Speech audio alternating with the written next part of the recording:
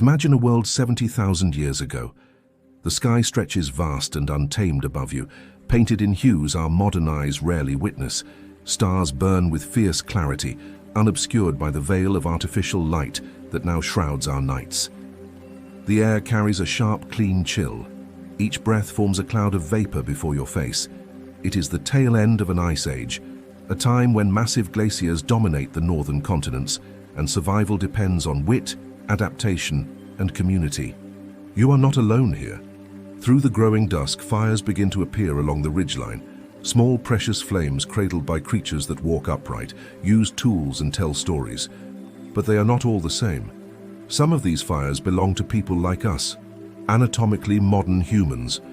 Others burn before the caves of our cousins, the Neanderthals, two intelligent species sharing a planet, sharing resources, perhaps even sharing stories. But something momentous is happening in this ancient world. Something that will determine the course of all human history to follow. One group will vanish almost entirely, leaving only whispers in our DNA. The other will go on to inherit the Earth. This is the story of the last cavemen, the final generations to witness a world where multiple human species coexisted, a world before agriculture, before cities, before writing. Yet these people were us, with the same capacity for love, fear, wonder, and ingenuity. And how did we survive while they vanished? What happened during this pivotal moment in prehistory that left Homo sapiens as the last human standing? The answers remain elusive, buried beneath millennia of soil, ice, and time. Tonight, we venture into this shadow realm between what we know and what we can only theorize. A realm where science, archaeology, genetics, and imagination must work together to illuminate the darkness of our distant past. The conventional narrative is straightforward. We modern humans were simply superior, more adaptable, more innovative, more capable of complex social organization. We outcompeted our archaic cousins and claimed the future. But recent discoveries have begun to complicate this story. The more we learn about Neanderthals and other archaic humans, the more remarkable they appear. They crafted complex tools, created art, buried their dead with ritual care. By the way, have you ever wondered what we might have lost when these other human species disappeared? What unique perspectives or knowledge vanished with them? Share your thoughts in the comments. They weren't the brutish cavemen of popular imagination. In many ways, they were remarkably like us. So why did we survive while they faded into extinction? Was it truly just a matter of competition, or was something else at work? Some researchers now suggest climate change played a crucial role. Others point to interbreeding, with Neanderthal genes being gradually absorbed into the Homo sapiens population. Still others propose disease, or simply statistical chance. The truth likely involves all these factors and more. Human prehistory wasn't a simple, linear progression. It was a complex tapestry of adaptation, interaction, innovation, and luck.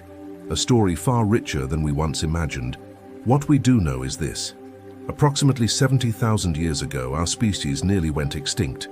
Genetic evidence suggests the global human population may have dropped to fewer than 10,000 individuals, perhaps as low as 1,000 breeding pairs. This population bottleneck, possibly caused by the catastrophic eruption of the Toba supervolcano, created a genetic founder effect that still echoes in our DNA today. From this small group of survivors descended everyone alive on Earth. Meanwhile, Neanderthals and other archaic humans were facing their own struggles. Their populations were already fragmented, adapted to specific environments. The dramatic climate fluctuations of the Late Pleistocene tested their resilience. By 40,000 years ago, most Neanderthal populations had disappeared. By 30,000 years ago, they were gone entirely, except for the pieces of their genome that live on in many of us, testament to ancient encounters between different human species. This transition, from a world of multiple human species to one dominated by Homo sapiens, represents one of the most significant shifts in our planet's history. Yet it occurred without witnesses to record it, without historians to document it. Tonight, we piece together this story from fragments, from ancient bones and stone tools, from genetic material preserved in permafrost, from the subtle signals encoded in our own DNA, from the patterns of climate preserved in ice cores. It is a story about survival and extinction, about adaptation and resilience, about what it truly means to be human. A story that continues to unfold as new discoveries emerge from the Earth and from laboratories around the world. Join us as we journey back to the twilight of the last ice age, to a time when our ancestors huddled around fires much like these, telling stories that would never be written down, yet somehow survived in the cultural memory of our species.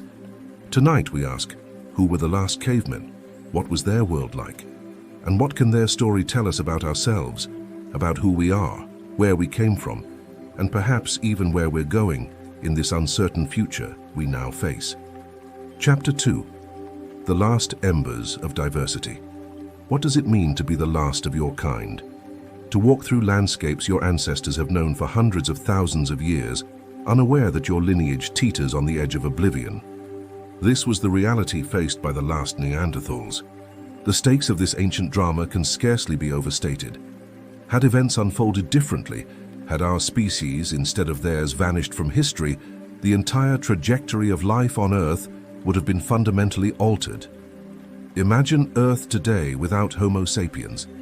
No pyramids rising from Egyptian sands, no philosophers in Athenian agoras, no industrial revolution belching smoke into pristine skies, no artificial lights obscuring the stars, no nuclear weapons, no internet.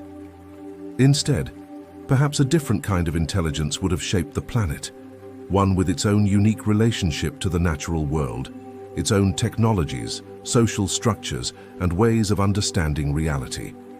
A parallel civilization we can barely conceptualize. This is not mere speculation. For most of human evolutionary history, multiple hominid species coexisted on Earth. This diversity was the norm, not the exception. What we experience today, a planet dominated by a single human species, is the anomaly. The disappearance of our evolutionary cousins represents one of the greatest mysteries in the story of human origins. It fundamentally shapes how we understand ourselves and our place in the natural order. Are we here because we were superior? Because we were more deserving of the future? Or were we simply the beneficiaries of fortunate timing and circumstances that favored our particular adaptations? The implications stretch far beyond academic curiosity. If Neanderthals disappeared primarily due to climate change, to shifts in the environment that rendered their specialized adaptations obsolete, what lessons might that hold for our own species as we face unprecedented global warming? If disease played a significant role, perhaps novel pathogens carried by migrating Homo sapiens, how might that inform our understanding of pandemic threats in our increasingly interconnected world? The past holds mirrors to our present, and if interbreeding rather than extinction was a primary factor in Neanderthal disappearance, what does that tell us about human identity, about the very definition of species, about the complex intermingling of genomes that makes us who we are? The conventional narrative portrays our ancestors as superior, cognitively, socially, technologically. In this telling, Neanderthals were evolutionary dead ends, replaced by our more capable forebears in a straightforward tale of competitive exclusion. But this narrative has always contained troubling undertones. It too easily aligns with harmful ideologies that rank human groups hierarchically, that justify domination as the natural order, that portray certain populations as more evolved than others. Recent science has thoroughly dismantled this simplistic view. Neanderthals were not lesser beings. They had brains as large as ours, sometimes larger. They created complex tools. They controlled fire. They buried their dead with apparent ritual. They survived in harsh Ice Age environments for hundreds of thousands of years, far longer than our species has yet existed. They were successful by any reasonable measure of evolutionary fitness until something changed in their world. DNA extracted from ancient remains reveals that Neanderthals shared approximately 99.7% of their genome with modern humans. The differences between us were subtle, affecting skin, hair, certain aspects of brain development, immune response. Perhaps most surprisingly, genetic studies show that many modern humans carry Neanderthal DNA in their genomes, typically between 1 to 4% for people with European or Asian ancestry. We didn't simply replace them. In some sense, we absorbed them. The boundaries between human groups prove far more permeable than previously imagined. Ancient DNA suggests at least 4 different hominid species contributed to the modern human genome: Neanderthals, Denisovans, and at least 2 unknown archaic populations. This reframes our understanding of human evolution from a linear progression to a complex network of interconnected populations. Less a tree with neat branches, more a tangled web of genetic exchange spanning continents and millennia. If you're watching from a region with Neanderthal archaeological sites, I'd love to know. Comment below if you've ever visited places where our evolutionary cousins once lived. The implications extend into philosophy and ethics. If multiple types of humans once shared this planet, each with their own unique cognitive abilities and perspectives, what was lost when this diversity disappeared? What ways of being human vanished forever? Some anthropologists suggest Neanderthals may have had cognitive capabilities we lack, perhaps superior spatial memory, different sensory processing, or unique approaches to problem solving shaped by their environment and evolutionary history. Others propose that Neanderthals might have possessed forms of knowledge about plants, animals, landscapes, accumulated over hundreds of thousands of years in Eurasia.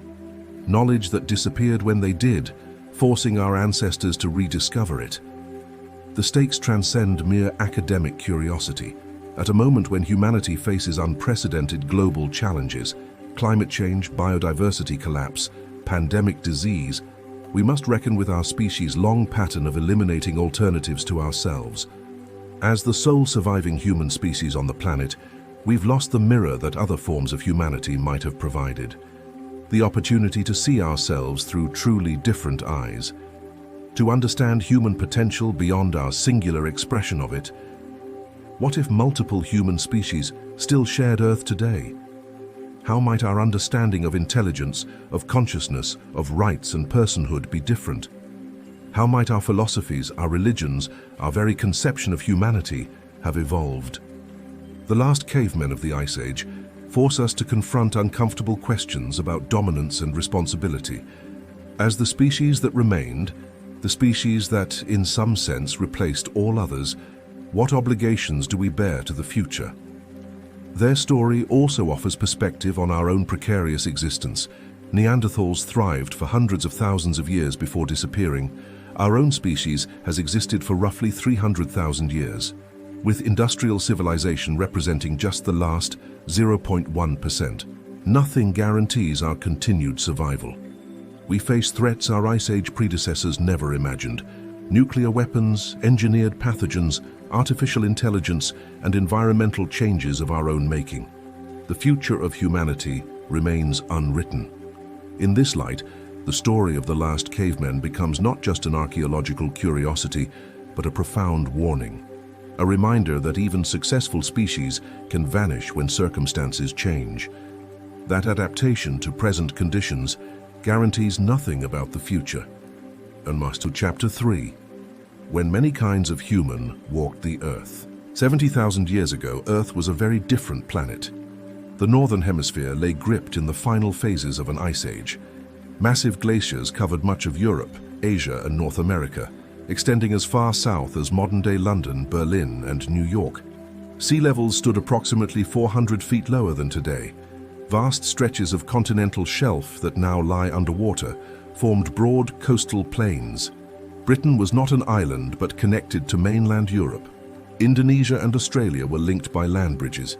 The climate oscillated dramatically, periods of extreme cold punctuated by brief, relatively warmer intervals. These fluctuations forced all life, including humans, to adapt constantly or perish. Nothing could be taken for granted in such an unstable world. Against this backdrop of environmental flux, multiple human species had evolved and spread across the Old World. Unlike today, with our single human species occupying virtually every habitat on Earth, the Late Pleistocene was an era of human diversity.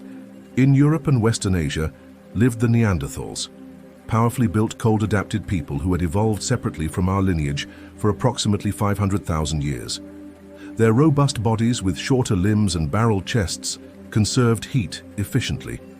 In East Asia dwelled the mysterious Denisovans, known primarily from DNA extracted from a few finger bones and teeth. Genetic evidence suggests they were widespread across Asia and may have passed on adaptations for high-altitude living to modern Tibetans. In Indonesia, on the island of Flores, a diminutive human species named Homo floresiensis, nicknamed hobbits, stood just over 3 feet tall. Their small size likely resulted from island dwarfism, an evolutionary response to limited resources. In South Africa, a recently discovered species called Homo naledi appears to have survived until surprisingly recent times.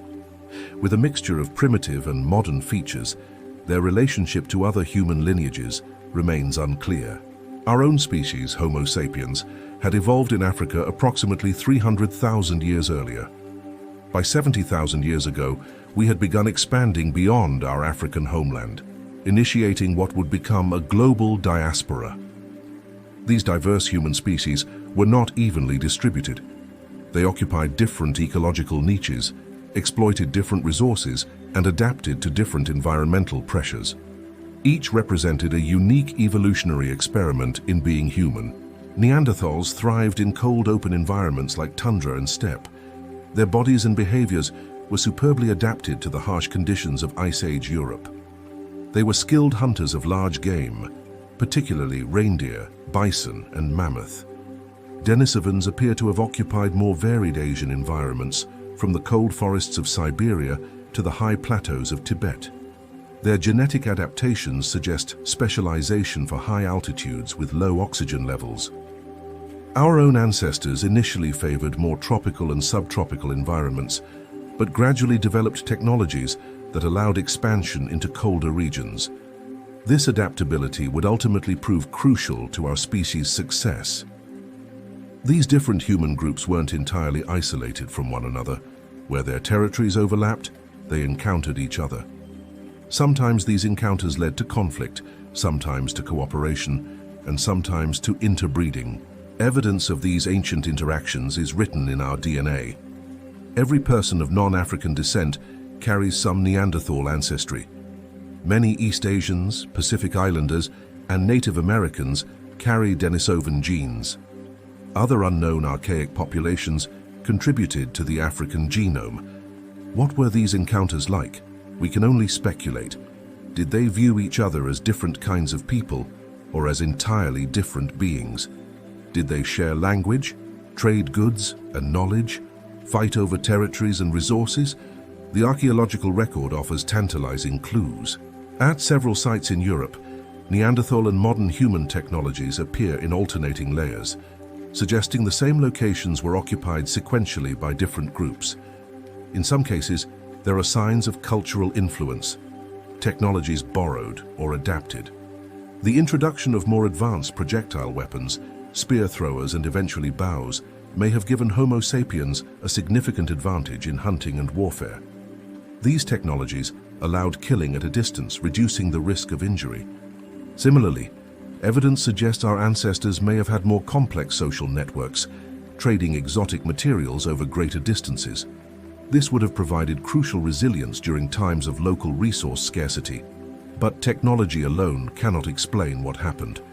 Neanderthals had successfully adapted to European conditions for hundreds of thousands of years. They had survived previous climate shifts, including multiple glacial cycles. What made this time different? Have you ever thought about what you might say if you could speak with a Neanderthal? What questions would you ask someone from an entirely different human species? Share your thoughts in the comments. One crucial factor may have been numbers. Genetic evidence suggests Neanderthal populations were always relatively small and fragmented. Estimates place their total population across Europe at perhaps 70,000 individuals at their peak. By contrast, modern humans, despite suffering their own population bottleneck around 70,000 years ago, appear to have maintained larger, more connected populations. This demographic advantage became increasingly important as environments changed. Climate records show the period between 40,000 and 30,000 years ago, precisely when Neanderthals disappeared, featured exceptionally rapid and severe climate fluctuations. These changes may have stressed already vulnerable populations beyond their capacity to adapt. As temperatures plummeted during a phase known as Heinrich Event 4, familiar ecosystems collapsed. Large herbivores that formed the backbone of Neanderthal diets migrated or declined. Forests retreated, replaced by unfamiliar steppe environments. Meanwhile, modern humans brought new cultural adaptations to these challenges. More diverse hunting strategies, including sophisticated trapping techniques. More varied diets incorporating small game, fish and plant foods. More efficient shelters and clothing. Recent evidence suggests Neanderthals were more adaptable than once thought. Some populations show evidence of marine resource exploitation. Others appear to have used medicinal plants. They were not incapable of innovation. But adaptation requires time. The rapid pace of environmental change, combined with competition from modern human groups, may have created a perfect storm from which Neanderthal populations couldn't recover. As their numbers dwindled, Neanderthals faced another critical disadvantage. Smaller, more isolated groups would have struggled to maintain cultural knowledge. Technologies, skills, and traditions may have been lost as knowledgeable elders died. Archaeologists call this process cultural drift, the loss of complex adaptations when population size falls below the threshold needed to reliably transmit specialized knowledge between generations. It creates a downward spiral of declining capability. The last Neanderthals retreated to Refugia, pockets of favorable habitat in southern Europe, particularly in the Iberian Peninsula. Here, protected by mountain ranges and moderating coastal climates, they made their final stand. Entire Chapter 4, Whispers in Bone and Stone. The story of humanity's past is not written in books. It lies buried in the earth, in layers of sediment that accumulated year by year, millennium by millennium. Each stratum a page in the planet's autobiography, preserving fragments of lives long vanished. Archaeologists and paleoanthropologists are the detectives who piece together these ancient cold cases. They work with evidence far more fragmentary than any modern crime scene. A few broken bones, stone tools shaped by hands dead for millennia, traces of hearth fires.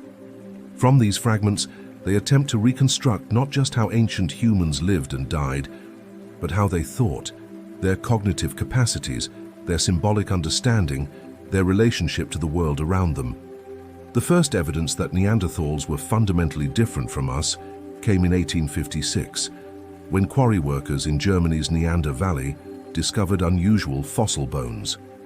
The heavy brow ridges, robust build, and slightly elongated skull immediately puzzled scientists. Initially dismissed as a pathological modern human or perhaps an ancient warrior, these remains eventually gained recognition as something far more significant, evidence of another kind of human that once walked the earth. Since then, hundreds of Neanderthal specimens have been discovered across Europe and Western Asia, from Spain to Siberia. Each find has added detail to our understanding of who these people were and how they lived. The skeletal evidence tells a compelling story. Neanderthals were powerfully built, with barrel chests and robust limbs indicating tremendous physical strength. Their bodies show adaptations to cold environments and signs of a physically demanding lifestyle. Their injuries mirror those of rodeo riders, numerous fractures and signs of trauma concentrated on the upper body. This pattern suggests close-quarter hunting techniques, perhaps grappling directly with large prey animals. Their teeth often show extensive wear, indicating they were used as third hands for holding and processing materials. Many adult Neanderthal skeletons show evidence of healed injuries that would have required extended care from others to survive. This last point is particularly significant. It contradicts the stereotype of Neanderthals as brutish individualists. Someone with a broken leg or serious injury needed food, water, protection, perhaps for months. Their survival required compassion and social support. The stone tools associated with Neanderthals, known as Mousterian technology, show sophisticated manufacturing techniques. They produced specialized implements for different tasks: cutting edges, scraping tools, points that could be attached to wooden shafts.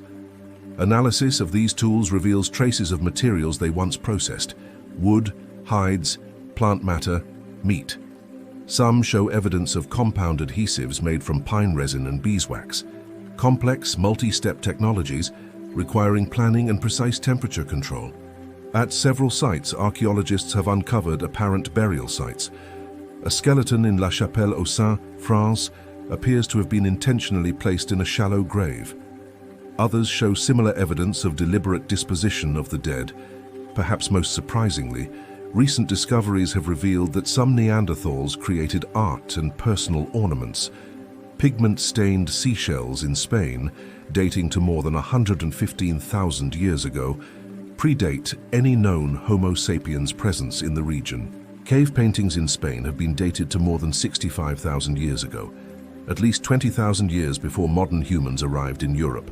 Hand stencils, geometric patterns, and representations of animals suggest symbolic thinking previously thought unique to our species.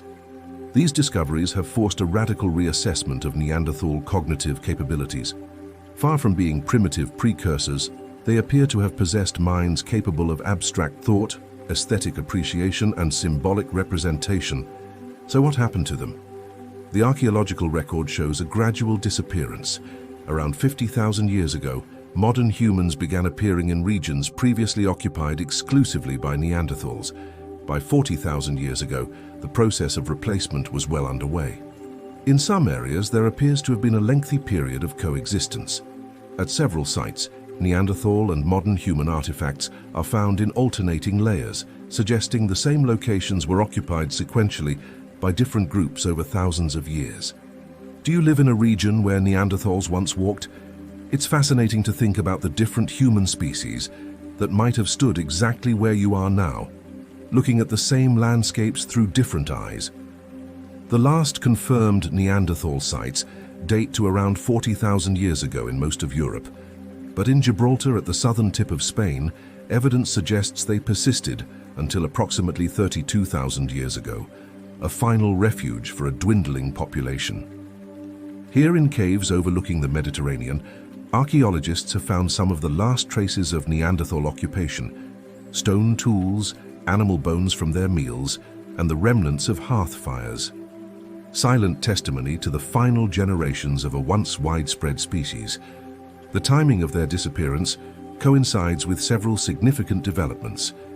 Climate records show a period of extreme instability, rapid oscillations between cold and somewhat warmer conditions that would have repeatedly transformed local ecosystems. At the same time, new technologies were spreading through modern human populations: more sophisticated hunting weapons, specialized tools, and improved clothing. These innovations may have given Homo sapiens crucial advantages in changing environments. But perhaps the most extraordinary evidence comes not from archaeology, but from genetics. In 2010, researchers published the first draft of the Neanderthal genome, sequenced from ancient bones. This breakthrough opened an entirely new window into the past. The results were stunning.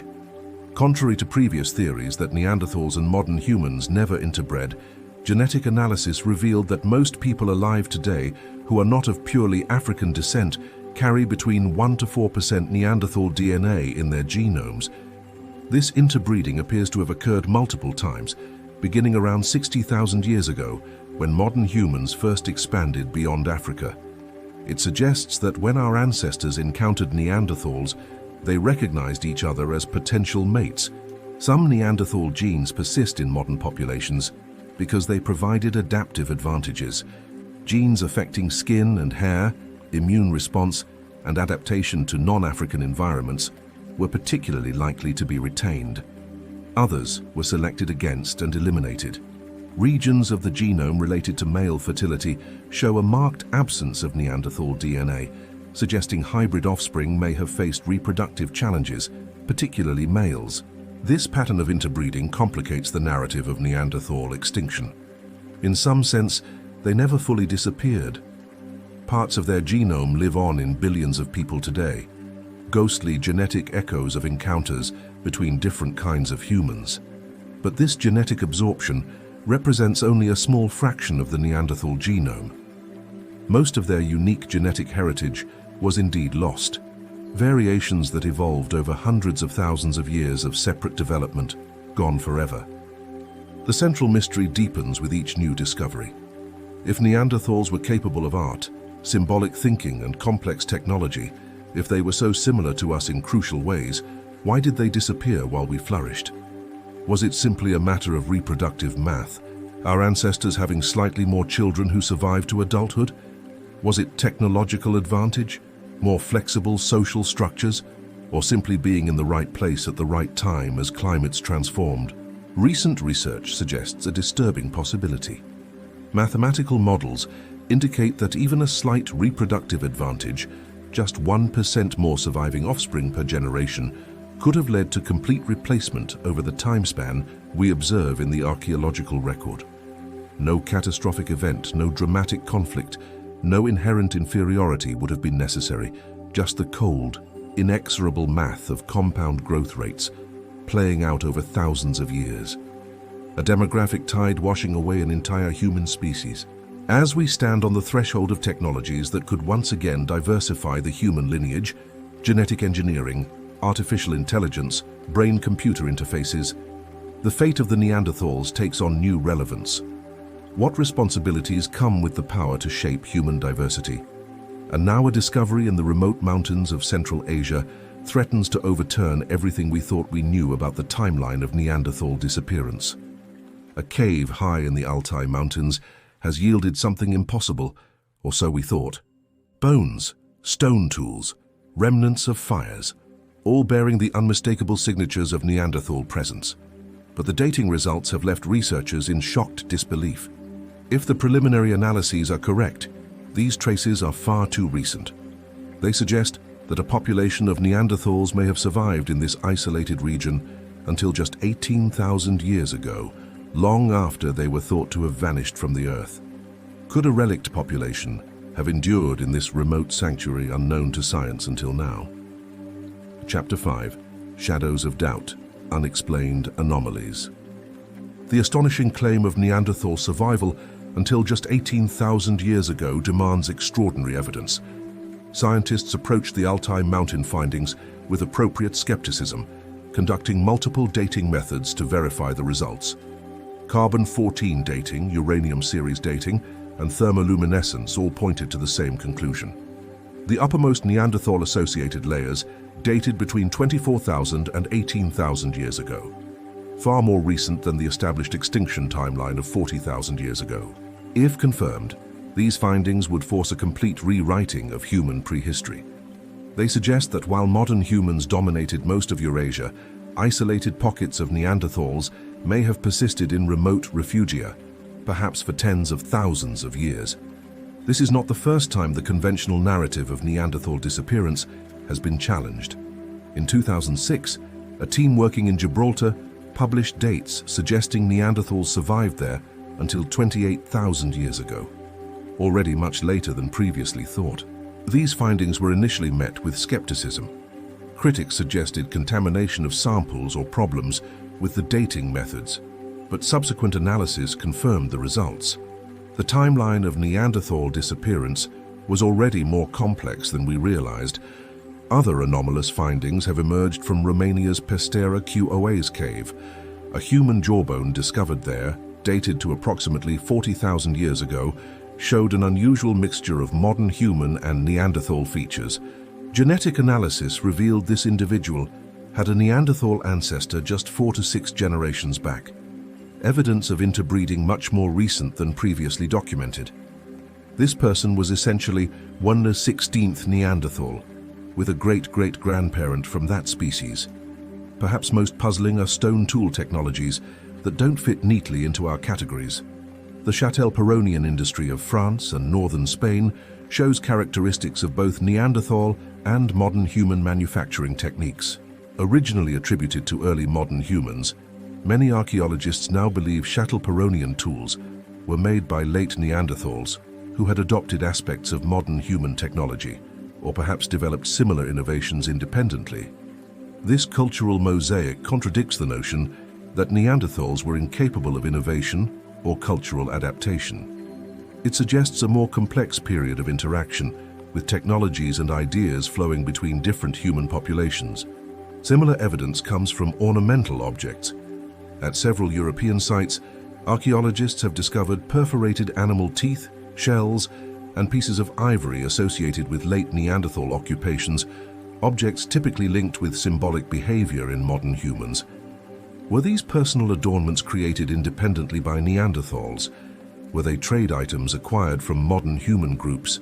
Or do they represent something more profound, shared cultural practices developing in regions where different human groups interacted? The Auluzzian culture of southern Italy presents another enigma. Long attributed to Neanderthals, recent evidence suggests it may represent work of early modern humans, or perhaps something more intriguing, a truly hybrid culture reflecting both traditions. This blurring of boundaries extends to physical remains as well.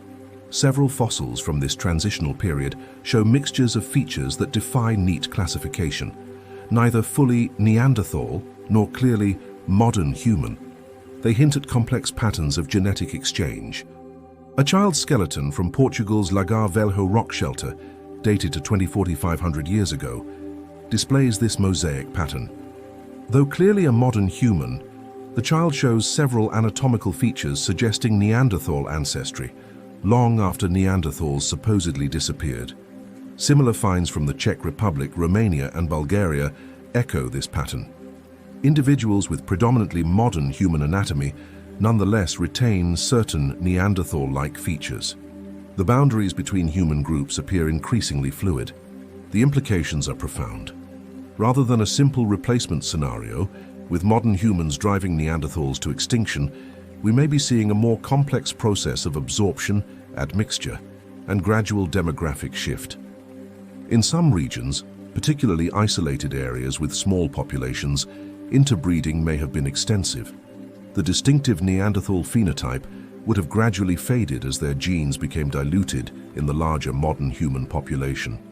If you've ever taken a DNA ancestry test that showed Neanderthal ancestry, I'm curious, how did it feel to learn you carried genes from another human species? Share your reactions in the comments. This scenario aligns with genetic evidence. Studies of Neanderthal DNA in modern human genomes show that certain populations, particularly East Asians, carry slightly higher percentages of Neanderthal ancestry than Europeans.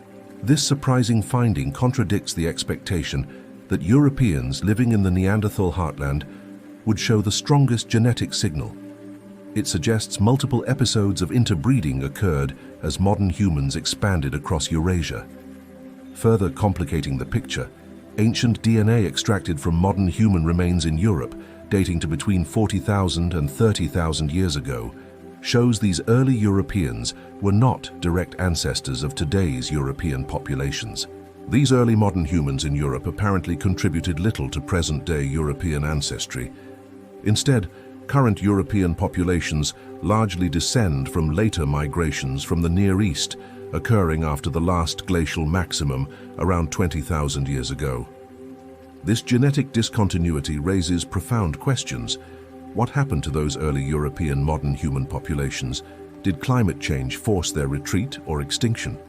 Were the dynamics between them and remaining Neanderthal groups more complex than we've assumed? Another anomaly comes from dental analysis. Teeth provide valuable evolutionary information, preserving developmental patterns even after death. Recent studies of Neanderthal teeth reveal unexpected similarities to much earlier human ancestors. Their dental development followed a pattern more similar to Homo erectus than to modern humans, despite Neanderthals being our much closer relatives. This suggests that the modern human developmental pattern, with extended childhood and slower maturation, evolved relatively recently. If Neanderthals developed more rapidly than modern humans, reaching adulthood sooner, this could have provided short-term advantages in harsh environments where reproductive years might be limited, but it may have reduced their capacity for extended learning. The question of Neanderthal language abilities represents another contested area.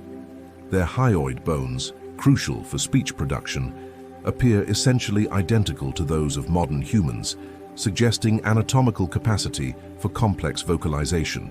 Additionally, Neanderthals possessed the FOXP2 gene variant associated with language capability in modern humans. This genetic evidence suggests they had the biological foundations for speech, though the nature and complexity of their communication remains unknown. A 2021 study modeled the Neanderthal vocal tract based on anatomical evidence. The results indicated they could produce all the vowel sounds found in modern human languages, contradicting earlier claims about their limited phonetic range. If Neanderthals possessed language, perhaps different in structure or emphasis from our own, but language nonetheless, it forces us to reconsider everything about their cognitive abilities and social organization. Cave paintings attributed to Neanderthals present perhaps the most dramatic challenge to conventional views. Hand stencils in Spain's La Pasiega, El Castillo, and Maltravieso caves have been dated to more than 65,000 years ago, at least 20,000 years before modern humans arrived. These dates remain controversial, with some researchers questioning the methodology. But if accurate, they demonstrate that Neanderthals engaged in symbolic representation long before encountering Homo sapiens. They were not merely imitating our ancestors' behaviors. The most perplexing anomalies come from DNA studies. Analysis of the Denisovan genome, another archaic human species known primarily from a finger bone found in Siberia, reveals they interbred with yet another, currently unknown human species. This mysterious ghost population left genetic traces in the Denisovan genome, but has left no identified fossils. It represents a completely unknown branch of the human family tree, a stark reminder of how incomplete our understanding remains. Similar ghost populations have been detected in the genomes of modern Africans. At least 3 distinct archaic human groups appear to have contributed DNA to various African populations, yet we have no fossils to associate with these ancient interbreeding events. These discoveries force us to confront an unsettling reality. Our understanding of human evolution and the disappearance of our evolutionary cousins remains profoundly incomplete. The clean narrative of Neanderthal replacement increasingly appears to be an oversimplification. Chapter 6: Echoes in Myth. What ancient stories remember? Could memories of encounters with other human species have survived in our cultural consciousness? Across the world, indigenous mythologies contain stories of other kinds of people, beings neither fully human nor clearly animal, who occupied the landscape before modern peoples. These stories follow remarkably consistent patterns across unrelated cultures. They typically describe these beings as powerful but primitive, often dwelling in caves or forests. They are frequently associated with specific natural features: mountains, caves, or isolated valleys. In European folklore, traditions of wild men pervade medieval and earlier texts. These creatures were typically depicted as hairy, strong, and living at the edges of civilization. They were considered dangerous but also possessed of certain powers or knowledge. The Germanic woodwoos, or wild man of the woods, appears in countless artistic works from the 12th to 16th centuries. Depicted as a naked or lightly clothed hairy man, often carrying a club, these figures bear striking parallels to later reconstructions of Neanderthals. Similar traditions appear in Russian folklore, with the leshy, forest spirits described as hairy humanoids who could change their size and shape. They were considered guardians of forest animals and plants, punishing those who damaged their domain. In the Pyrenees Mountains, one of the last Neanderthal refugia, local traditions tell of the Bassajon, a wild man of the mountains and forests. Described as tall and hairy with extraordinary strength, these beings were said to protect flocks and teach humans agriculture. Tibetan folklore speaks of the Drimo, described as large, powerful, hairy beings that lived in mountain caves. Notably, the Denisovan genome shows evidence of genetic adaptations to high-altitude environments, the same regions where these stories originate. Native American traditions across the continent include stories of wild men or hairy men who inhabited the land in earlier times. Often described as powerful but reclusive, they frequently interacted with and sometimes intermarried with human communities. The Paiute of Nevada tell of Sitica, a group of red-haired giants who lived in their region before being driven to extinction. Intriguingly, Neanderthals are now believed to have included individuals with red hair based on genetic evidence. Australian Aboriginal traditions speak of the Junjudi, small hairy people who lived in the forests and mountains. Other Aboriginal stories tell of ancient people who occupied the land before them but were different in appearance and behavior. What makes these stories particularly interesting is that they often contain specific details that align with our scientific understanding of archaic humans. They frequently describe these beings as exceptionally strong, skilled with stone but not metals and cave dwelling. Could these myths preserve dim cultural memories of actual encounters between our ancestors and other human species? The timing makes this hypothesis plausible. Modern humans encountered Neanderthals and other archaic humans during a period when oral traditions were the sole means of transmitting knowledge. Studies of oral traditions in indigenous cultures have shown that certain types of information can be preserved with remarkable fidelity across thousands of years. Stories containing practical knowledge or significant historical events can persist across dozens of generations. Aboriginal Australian stories, for example, accurately describe coastal features that have been underwater since sea levels rose at the end of the last ice age, preserving geographical knowledge from more than 10,000 years ago. Similar evidence comes from Pacific Northwest native traditions that appear to describe events matching the geological record of ancient earthquakes and tsunamis. These stories preserved critical safety information across hundreds of generations. If encounters with other human species represented significant events for early modern human communities, might details of these encounters have been preserved in cultural memory, gradually transforming into the folkloric traditions we know today? I've always wondered if your culture has stories about other kinds of people or beings who lived in your region in ancient times. If you know such stories, I'd be fascinated to hear about them in the comments. Beyond folklore, some researchers point to curious patterns in historical accounts. Medieval European texts contain numerous references to wild men captured or killed in remote forests. These were typically described as unable to speak, but otherwise human in form. As late as the 18th century, accounts persist of hairy, primitive people encountered in isolated mountain regions of Europe. While most such reports can be dismissed as misidentifications or hoaxes, their persistence across centuries raises intriguing questions. More concrete evidence comes from archaeological findings that seem out of place in the conventional timeline. Stone tools discovered in Greece's Stolida site on Naxos Island show manufacturing techniques associated with Neanderthals, yet date to just 13,000 years ago.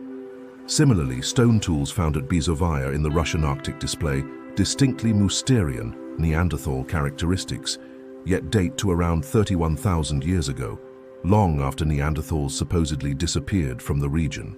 In both cases, researchers have suggested these tools might represent modern humans adopting Neanderthal technologies, but the simpler explanation that Neanderthals themselves persisted in these regions much later than previously thought cannot be ruled out.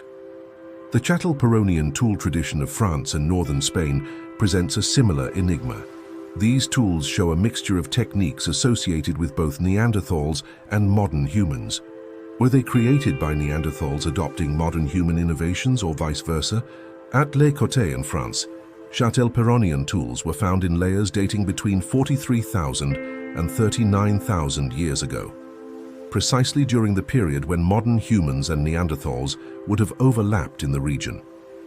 What these transitional technologies suggest is a period of cultural exchange rather than simple replacement. Ideas and techniques flowing between different human populations, creating hybrid traditions that defy our neat taxonomic categories. Perhaps the most controversial evidence comes from physical anthropology.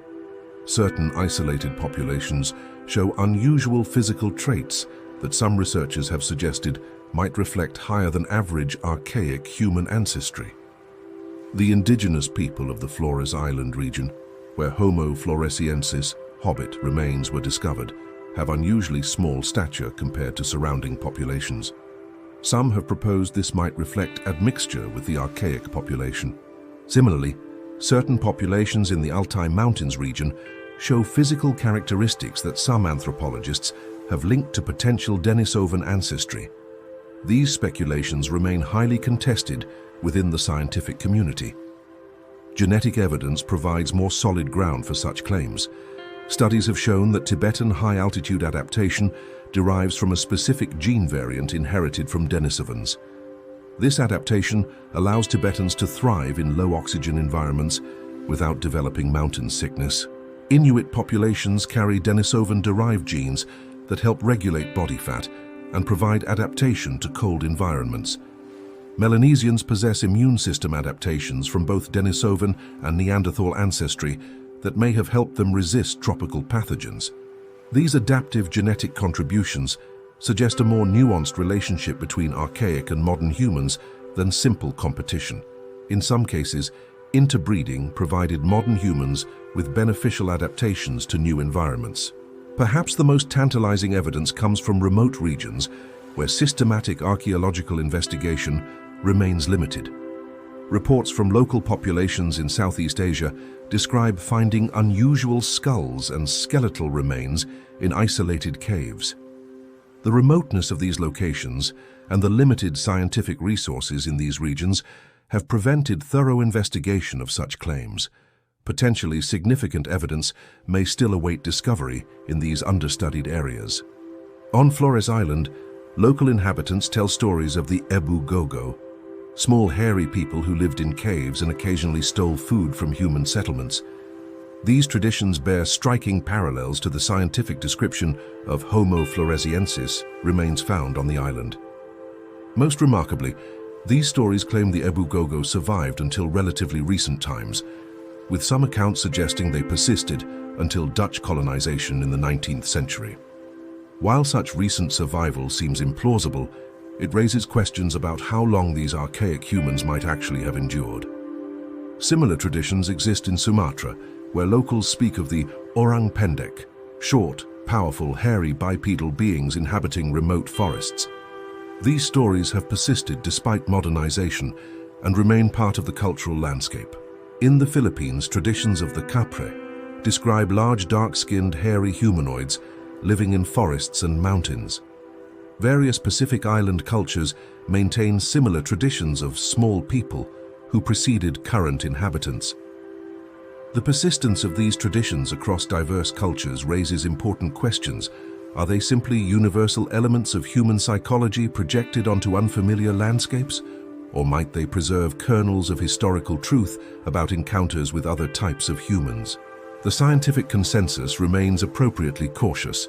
Folklore alone cannot substitute for physical evidence, yet the patterns are suggestive enough that some researchers have begun taking these traditions more seriously as potential sources of investigative leads. Chapter 7. The Last Witnesses, Final Overlaps and Implications. The evidence we've explored raises profound questions about the nature and timing of Neanderthal disappearance. Rather than a simple, clean extinction event, we appear to be looking at a complex process spanning thousands of years, varying by region, and potentially leaving subtle traces into surprisingly recent times. If small Neanderthal populations did indeed survive in isolated refugia until 18,000 years ago, as the Altai evidence suggests, they would have witnessed a world transforming around them. A world increasingly dominated by modern humans with rapidly evolving technologies and social systems. The last glacial maximum, the period of most extreme cold during the recent ice age, peaked around 20,000 years ago. Vast ice sheets covered northern continents. Sea levels stood hundreds of feet lower than today. Forests retreated southward as tundra and steppe expanded. Both Neanderthals and early modern humans would have faced extreme adaptive challenges during this period. Resources became increasingly scarce, traditional territories became uninhabitable, competition for remaining productive lands would have intensified. Modern humans responded with remarkable technological innovation. The Upper Paleolithic period saw an explosion of new tool types, hunting strategies, and symbolic expressions. Cave paintings, figurines, musical instruments, and elaborate burial practices all flourished during this time. If isolated Neanderthal groups survived into this period, they would have witnessed these changes from the margins, perhaps observing the increasing sophistication of modern human adaptations while maintaining their own traditional lifeways in remote refugia. The stakes for understanding this period correctly extend far beyond academic curiosity. They touch on fundamental questions about human uniqueness, the nature of cognitive evolution, and the processes that shape biological and cultural diversity. If Neanderthals were not simply replaced, but partially absorbed through interbreeding, with late surviving populations potentially witnessing the early development of what would become agricultural societies, our entire narrative of human prehistory requires revision. The conventional story portrays Neanderthals as evolutionary failures, a side branch of humanity that couldn't compete with our superior ancestors. This narrative conveniently positions Homo sapiens as the inevitable victors in an evolutionary competition. But what if Neanderthals weren't eliminated primarily through competition? What if climate change, demographic factors, and genetic absorption played more significant roles? This alternative narrative offers a humbling perspective on our species' dominance. Rather than inherent superiority, we might owe our planetary dominance to a complex interplay of geographical luck, climate timing, and demographic momentum. Slight advantages in population growth, compounded over thousands of years, could have been decisive. This reframing has profound implications for how we view ourselves and our relationship to the planet. The triumphalist narrative of human exceptionalism has helped justify our exploitation of other species and the natural world. A more nuanced understanding of human evolution, one that acknowledges the thin margins by which we became the last human standing, might foster greater humility. It might help us recognize how precarious our own existence remains. The timing of late Neanderthal survival raises particularly fascinating possibilities. If they indeed persisted until 18,000 years ago, they would have overlapped with some of the most extraordinary developments in human cultural evolution. Around 22,000 years ago, humans in Europe created the magnificent Lascaux cave paintings. By 20,000 years ago, communities across Eurasia had developed sophisticated fiber technologies for clothing, nets, and baskets. By 15,000 years ago, the first domestication of dogs had occurred. Did late Neanderthal populations observe any of these developments? Did they adopt or adapt any of these innovations? Or did they maintain their traditional ways, perhaps becoming increasingly specialized for particular ecological niches where modern humans rarely ventured? The most intriguing possibility is that some of our most cherished cultural memories might preserve echoes of these last encounters. Folklore traditions around the world speak of wild people who possessed certain powers or knowledge but eventually disappeared. These traditions often include the idea that these beings taught humans certain skills, the use of medicinal plants, the location of resources, ways of predicting weather or animal movements. Could such stories contain distant memories of knowledge exchanges between different human species? If you've stayed with us this far, I'm curious about which aspect of this story you find most fascinating: the genetics, the archaeology, or the potential connections to mythology. Let me know in the comments. Genetic evidence offers some support for this possibility. Certain Neanderthal genes that persist in modern human populations are related to immune function, skin and hair characteristics, fat metabolism, and adaptation to non-African environments. These adaptive contributions suggest our ancestors benefited from acquiring Neanderthal DNA as they expanded into Eurasian environments where Neanderthals had already spent hundreds of thousands of years adapting. Our success may partly reflect their genetic contributions. Beyond genetics, there's the question of cultural knowledge. Neanderthals had accumulated generations of experience with European and West Asian environments, knowledge of plants, animals, seasonal patterns, resource locations, and survival strategies. As climate fluctuated dramatically during the period of overlap, such local environmental knowledge would have been increasingly valuable. Modern humans, newly arrived from different environments, might have benefited enormously from such knowledge transfers. Recent archaeological discoveries have revealed that Neanderthals used medicinal plants, created adhesives through complex chemical processes, and developed specialized tools for particular environments. This sophisticated ecological knowledge represented a valuable cultural heritage. Did any of this knowledge transfer to modern human populations through cultural exchange during periods of contact? If so, Neanderthal contributions to human success might extend beyond genetics into the realm of cultural adaptation. The implications extend to how we understand cultural evolution itself. Rather than a linear progression from simple to complex, human cultural development may better resemble a network, with innovations, techniques, and knowledge flowing between different populations. This networked view of cultural evolution aligns with recent archaeological findings. The earliest evidence for many technological innovations appears nearly simultaneously across widely separated regions, suggesting rapid diffusion of ideas between groups. If Neanderthals participated in these networks of cultural exchange, not merely as recipients of modern human innovations, but as contributors of their own, their role in human evolutionary success requires fundamental reassessment. The stakes of this reassessment transcend archaeology and paleoanthropology. They touch on ethical questions about how we conceptualize human diversity, both past and present. They challenge us to reconsider what it truly means to be human. For centuries, Western science constructed hierarchical models of human variation, placing certain populations closer to an idealized, primitive state, and others as more advanced. These models serve to justify colonialism, exploitation, and worse. Our emerging understanding of human evolution thoroughly dismantles such hierarchies. It reveals that all living humans belong to a remarkably homogeneous species, with our common ancestry tracing back to a small African population just a few thousand generations ago. The true story of human diversity isn't one of hierarchical advancement, but of network-like interconnection. Different populations adapting to local conditions while maintaining gene flow and cultural exchange across vast distances.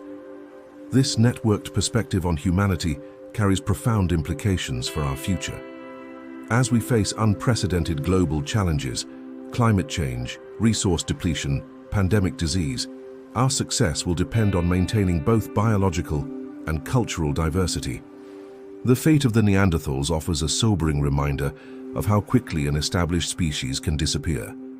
For hundreds of thousands of years, they thrived across Eurasia. Within a geological eye blink, they vanished, or nearly so. Our own species, despite our global dominance and technological prowess, faces similar vulnerabilities: climate instability, resource constraints, emerging diseases. The same forces that challenged our evolutionary cousins continue to shape our own destiny. The last surviving Neanderthals, if they indeed persisted until 18,000 years ago, witnessed the beginnings of what would become the Holocene world. They saw the ice sheets begin their retreat. They may have observed the early stirrings of what would become agricultural society. What might these last witnesses have thought, observing the world changing around them? Did they recognize their own increasing rarity? Did they maintain cultural memories of times when their kind were more numerous, more widespread? We will never know their thoughts, their perspectives, their understanding of their place in the world. Their voices have been silenced by time. But through science, we can begin to piece together their story, and in doing so, gain a more complete understanding of our own. And now the most extraordinary claim of all emerges from genetic research. A 2020 study analyzing DNA from isolated populations in Southeast Asia detected traces of gene flow from a currently unknown human species, one that appears to have diverged from our lineage before Neanderthals. This genetic signal doesn't match known Neanderthal or Denisovan patterns. It represents something else, another human species whose fossils we have not yet identified. And most remarkably, the timing of this interbreeding appears surprisingly recent. Preliminary analyses suggest this genetic contribution occurred between 15,000 and 30,000 years ago, long after all archaic humans were thought to have disappeared. If confirmed, this finding would completely overturn our understanding of recent human evolution. Could an entirely unknown human species have survived in the remote forests of Southeast Asia until just 15,000 years ago? A time when elsewhere humans were already developing agriculture, domesticating animals, and laying the groundwork for the first settlements. The implications are staggering. It would mean that multiple human species coexisted not just during the depths of the Ice Age, but potentially into the very dawn of the Holocene, the current geological epoch that has witnessed the entirety of human civilization. This possibility forces us to reconsider everything we thought we knew about human uniqueness and our recent evolutionary history. The story of humanity may be far more complex, more diverse, and more recent in its consolidation than we ever imagined. Chapter 8. Competing Theories. Why did they vanish? The mystery of Neanderthal disappearance has generated numerous theories over decades of research. As our understanding of their capabilities has evolved, so too have the explanations for their ultimate fate. Let's examine the most compelling hypotheses currently debated among scientists. The climate instability theory posits that Neanderthals were victims of environmental change rather than direct competition with modern humans. During the period of their disappearance, Europe and Western Asia experienced dramatic climate fluctuations, rapid oscillations between cold and milder conditions. These changes transformed familiar ecosystems, altering the distribution of plants and animals Neanderthals depended on.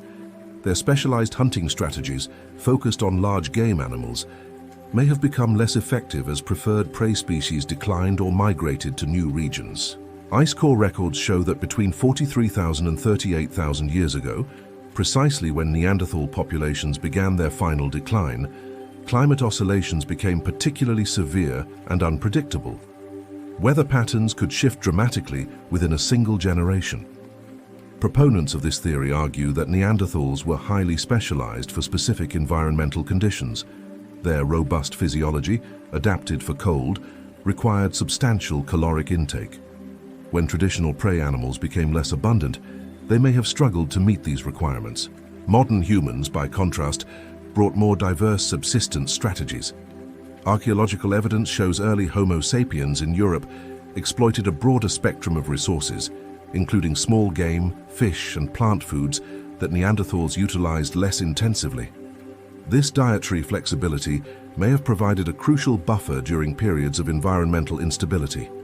When large game became scarce, modern humans could fall back on alternative food sources, reducing their vulnerability to ecosystem changes. Evidence supporting this theory comes from isotope analysis of Neanderthal remains, which indicates they obtained most of their protein from terrestrial animals, particularly large herbivores. Modern humans from the same period show more varied isotope signatures. Additionally, climate records correlate closely with the timing of Neanderthal disappearance in different regions. They vanished first from northern areas, with populations retreating southward to Refugia in Iberia and the Mediterranean coast, the last areas where they survived. However, climate instability alone seems insufficient to explain their complete disappearance. Neanderthals had successfully weathered previous climate shifts, including multiple glacial cycles over hundreds of thousands of years. Something else must have changed. This brings us to the competitive replacement theory, the traditional explanation for Neanderthal extinction. This model suggests modern humans simply outcompeted Neanderthals through superior technology, more complex social organization, and potentially cognitive advantages. Archaeological evidence shows modern humans introduced significant technological innovations during this period. More sophisticated projectile weapons, specialized hunting tools, and improved clothing. These advantages may have allowed more efficient resource exploitation. Particularly significant was the development of long-distance projectile technology, spear throwers, and eventually bows. These weapons allowed killing at a distance, reducing the risk of injury when hunting dangerous prey. Neanderthals relied more on close-quarter hunting techniques. Analysis of Neanderthal skeletons reveals injury patterns similar to rodeo riders, numerous healed fractures concentrated on the upper body. This suggests they routinely engaged in dangerous close contact with large animals during hunting. Modern humans also appear to have maintained larger social networks. Evidence for this comes from the movement of exotic materials, shells, amber, and high-quality stone, over much greater distances in modern human sites compared to Neanderthal ones. These extended networks would have provided crucial advantages: access to resources across wider territories, information sharing about environmental conditions, and potential mating partners from distant groups. All would enhance resilience during periods of resource scarcity. As someone who's deeply explored this topic, I'm curious. Do you think Neanderthals disappeared primarily due to climate change, competition, or something else entirely? Share your theory in the comments. However, the competitive replacement theory also has significant weaknesses. It fails to explain the long period of coexistence. Modern humans and Neanderthals overlapped in Europe for at least 5,000 years, and possibly much longer in some regions. If modern humans possessed overwhelming competitive advantages, why did replacement take so long? And why do we find evidence of cultural exchange and interbreeding, rather than simply one population replacing another? These questions lead to our third hypothesis. The demographic absorption theory proposes that Neanderthals didn't so much go extinct as become genetically absorbed into the larger Homo sapiens population through interbreeding. Their disappearance would represent a gradual dilution rather than competitive elimination. Genetic evidence strongly supports the occurrence of interbreeding. All non-African populations today carry Neanderthal DNA, typically between 1 to 4% of their genome. This interbreeding appears to have occurred multiple times across different regions.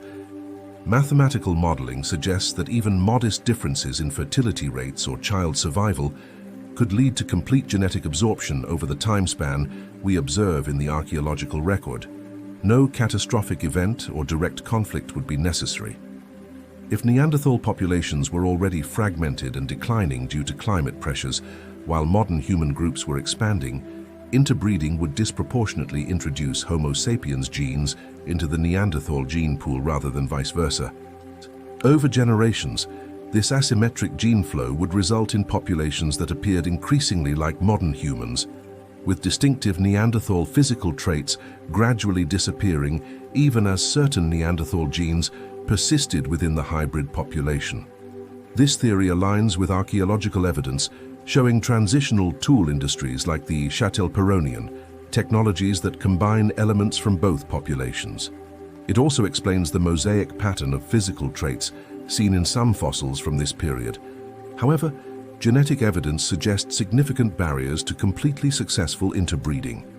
Regions of the genome related to male fertility show a striking absence of Neanderthal DNA, suggesting hybrid males may have faced reduced fertility. This phenomenon, known as hybrid male sterility, is common in the early stages of speciation across many animal groups. It would have limited the extent of genetic exchange, potentially explaining why only a small percentage of Neanderthal DNA persists in our genomes. Each of these theories has strengths and weaknesses. None alone fully explains the complex pattern of evidence we observe. The reality likely involved elements of all three: climate pressures, competitive disadvantages, and genetic absorption, operating in different proportions across regions. In some areas, particularly ecological frontiers where resources were limited, direct competition may have been more significant. In others, particularly zones of extended contact, interbreeding and cultural exchange may have predominated. Chapter 9. New Scientific Frontiers, Ancient Revelations. Recent technological breakthroughs have revolutionized our ability to extract information from the ancient past. Advances in ancient DNA recovery, isotope analysis, microscopic examination of artifacts, and dating methods have opened new windows into the lives of our evolutionary cousins.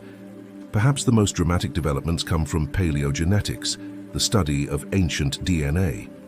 When the first draft Neanderthal genome was published in 2010, it represented a scientific milestone. For the first time, we could compare the genetic code of another human species with our own. The results were surprising.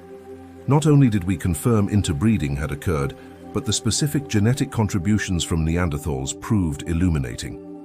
Many Neanderthal gene variants that persist in modern humans relate to the immune system, skin, and hair. This pattern suggests these genes provided adaptive advantages as modern humans expanded into Eurasian environments. Neanderthal immune system genes likely helped our ancestors resist unfamiliar pathogens.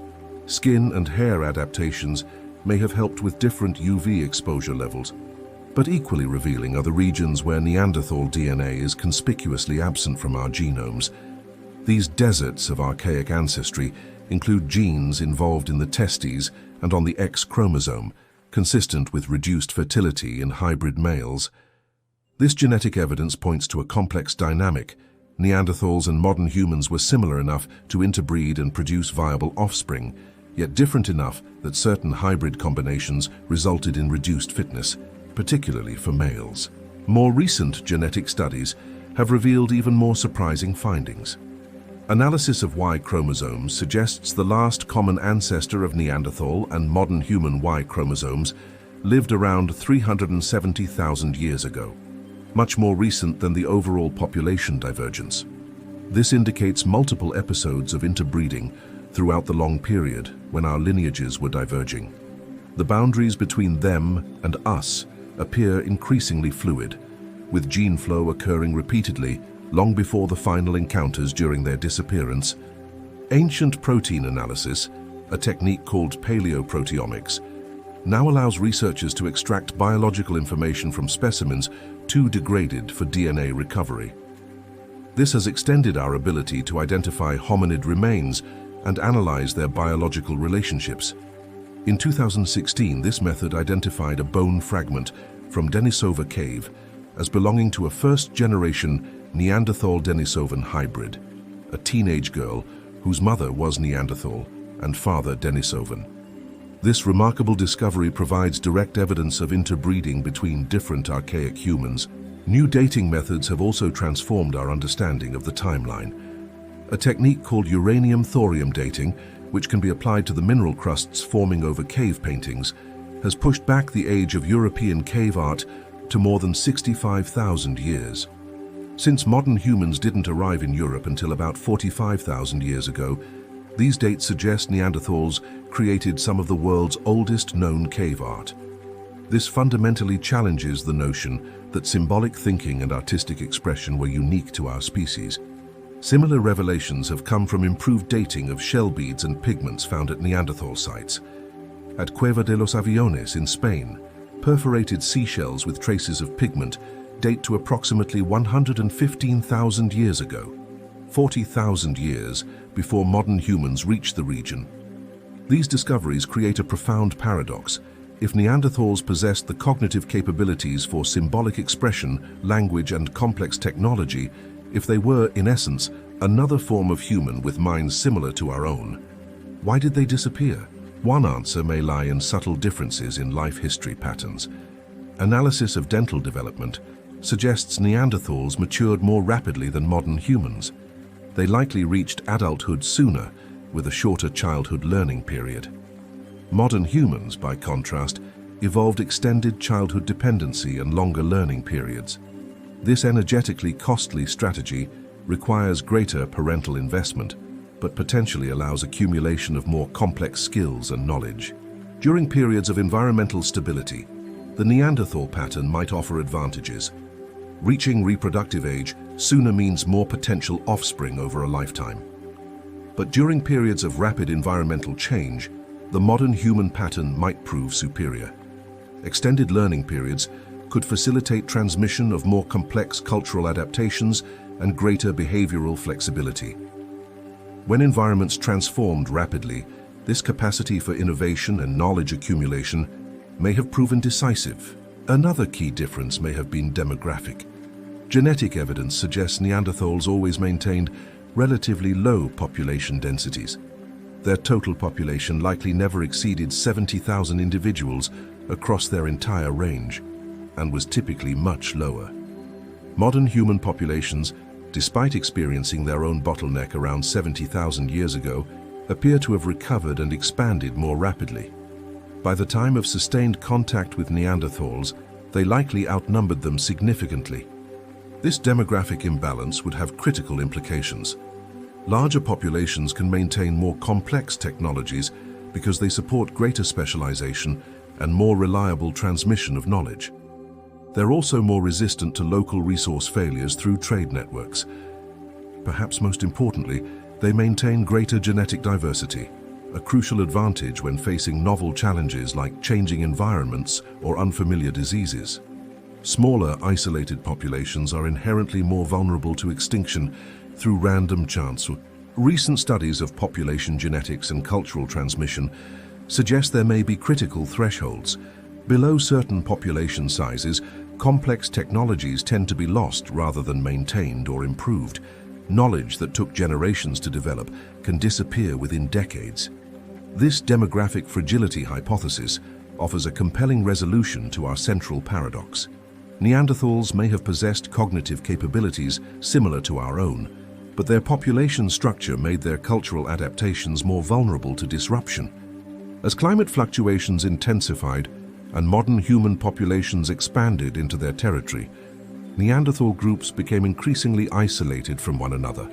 This isolation would accelerate loss of cultural knowledge and reduce genetic resilience. We see evidence of this process in the archaeological record. Late Neanderthal sites sometimes show technological simplification compared to earlier periods. Fewer tool types, less complex manufacturing techniques. This pattern suggests loss of knowledge rather than lack of capability. The latest genetic evidence adds another layer to this complex story. Studies of the Neanderthal Y chromosome, which passes exclusively from father to son, reveal that roughly 370,000 years ago, the Neanderthal Y chromosome was completely replaced by one from an early modern human population. This suggests an ancient episode of interbreeding that resulted in modern human Y chromosomes spreading throughout the entire Neanderthal population. It represents a kind of genetic replacement, long before the final disappearance of Neanderthals as a distinct population. Similar evidence comes from mitochondrial DNA, which passes exclusively from mother to child. The Neanderthal mitochondrial lineage appears to have diverged from ours much more recently than the overall population split, again suggesting ancient interbreeding episodes.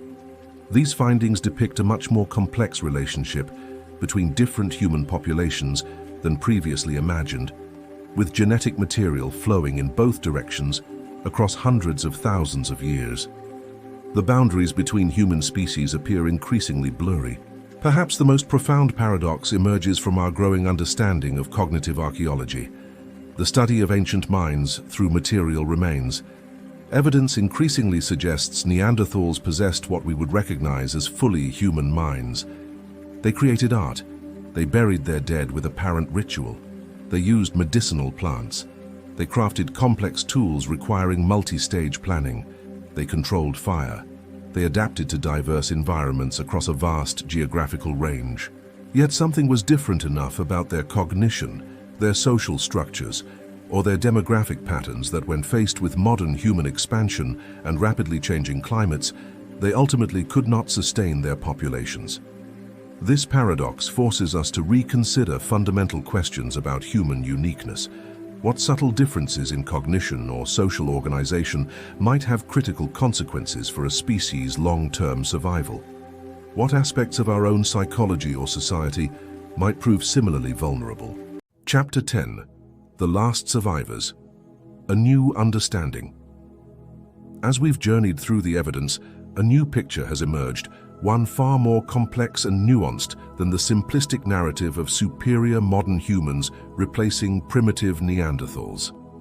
The truth appears to involve climate instability, demographic patterns, and a process of partial absorption rather than simple replacement. But the most provocative question remains: how long did Neanderthals actually survive? The conventional timeline places their disappearance around 40,000 years ago across most of Europe, with final populations persisting in southern Iberia until perhaps 32,000 years ago. The controversial findings from the Altai Mountains, suggesting survival until as recently as 18,000 years ago, remain hotly debated. Critics point to potential contamination of samples, problems with dating methods, or misidentification of the artifacts as Neanderthal rather than early modern human. Yet other evidence hints that the conventional extinction timeline may indeed require revision. Genetic studies of isolated populations have detected unexpected patterns of archaic ancestry that don't match the established chronology of contact. A 2021 study analyzing genomes from Southeast Asian populations identified genetic signatures suggesting interbreeding with Denisovans occurred as recently as 15,000 years ago, far later than previously thought possible. This has led to reconsideration of when the last archaic humans might have survived. If Denisovans persisted, until 15,000 years ago in isolated regions of Asia. Might Neanderthals similarly have survived in refugia elsewhere? The question remains open, with researchers actively investigating potential late survival in mountainous regions and other isolated environments. The most compelling evidence for late survival comes from combining multiple lines of investigation. When genetic data, archaeological findings, and paleoclimatic reconstructions all point in the same direction, the case becomes stronger. Recent excavations in the Georgian Caucasus have uncovered stone tools showing Mousterian technology, typically associated with Neanderthals, in layers dating to around 35,000 years ago. This is several thousand years later than Neanderthals were thought to have disappeared from the region. Similarly, sites in the Ural Mountains of Russia have yielded tools with Neanderthal characteristics dating to approximately 33,000 years ago.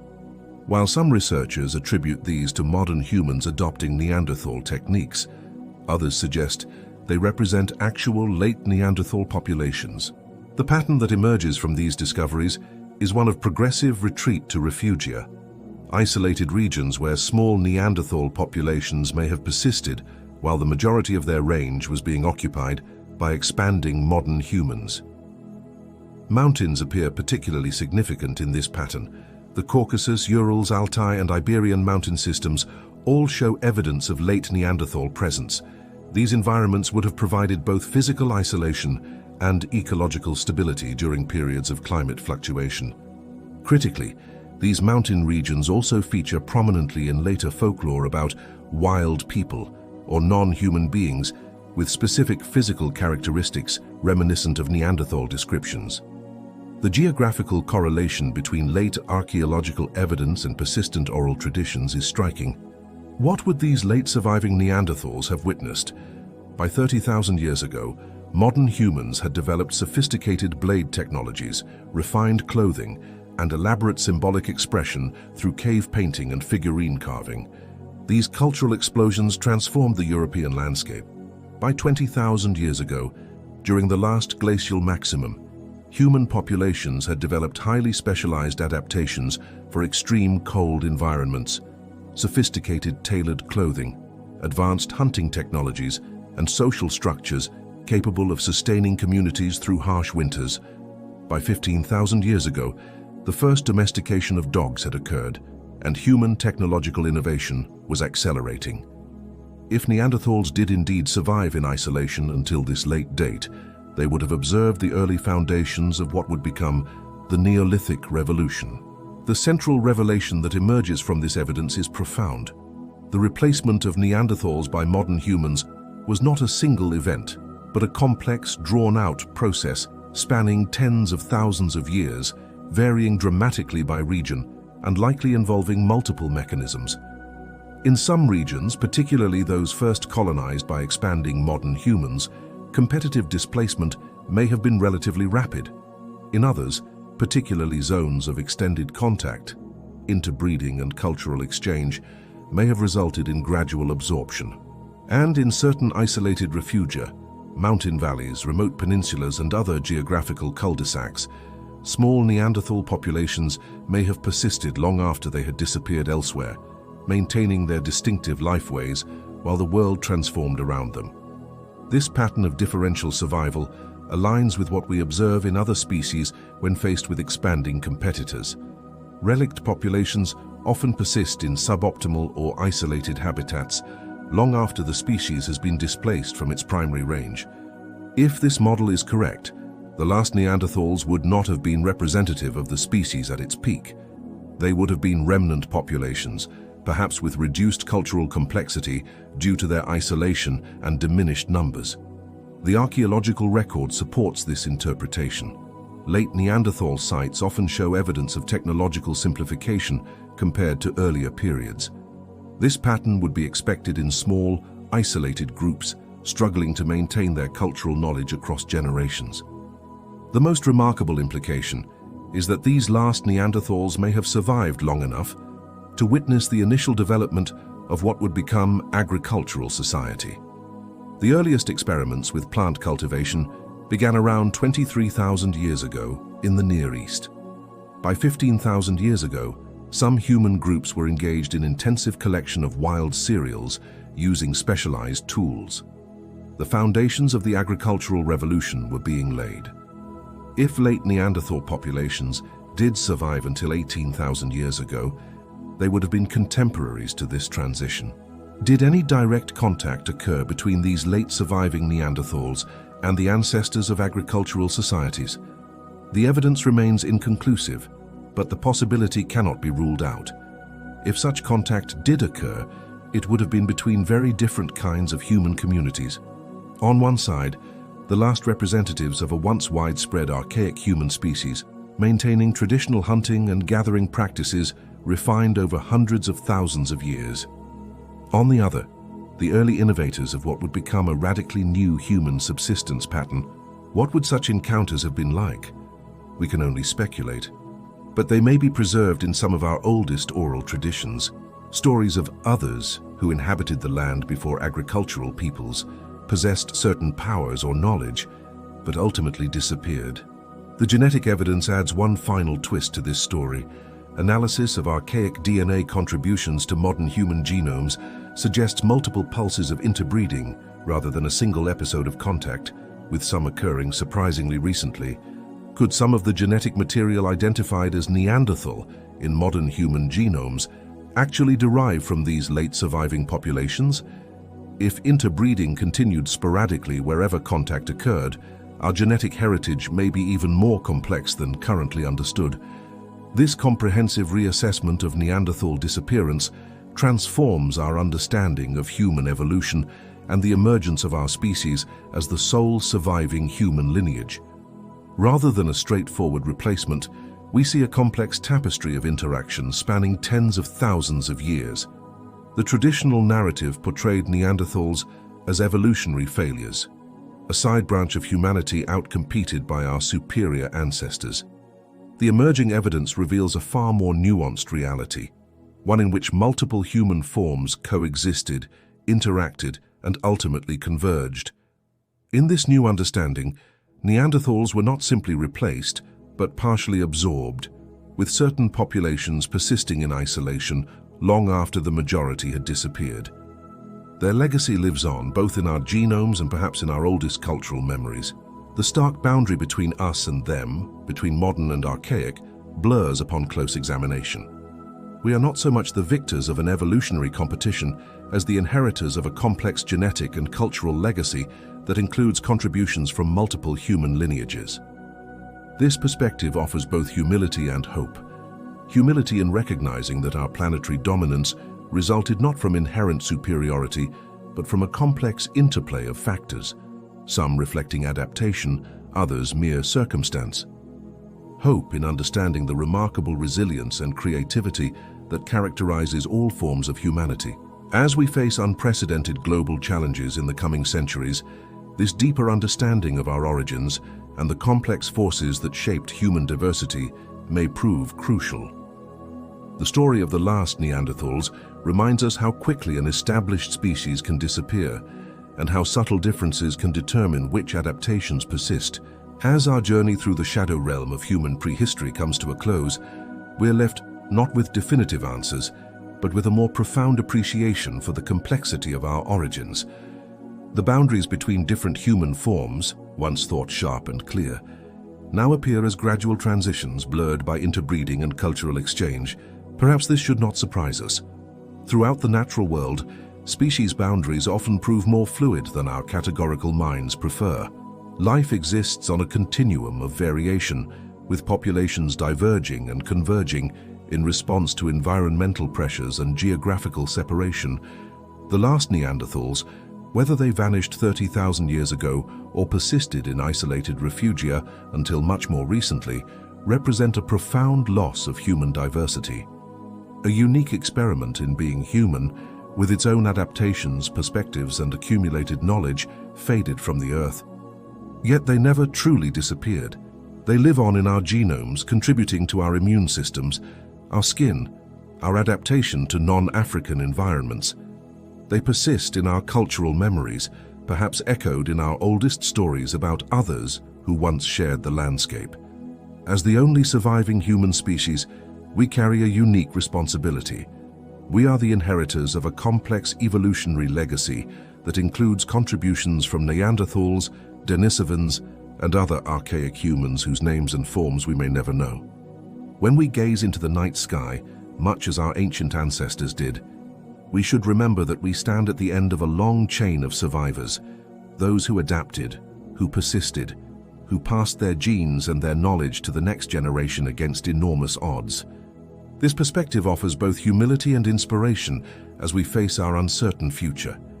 If you found this journey through our shared past illuminating, consider subscribing to our channel for more explorations of the mysteries that define our humanity. The story of where we came from may hold essential clues to where we're going.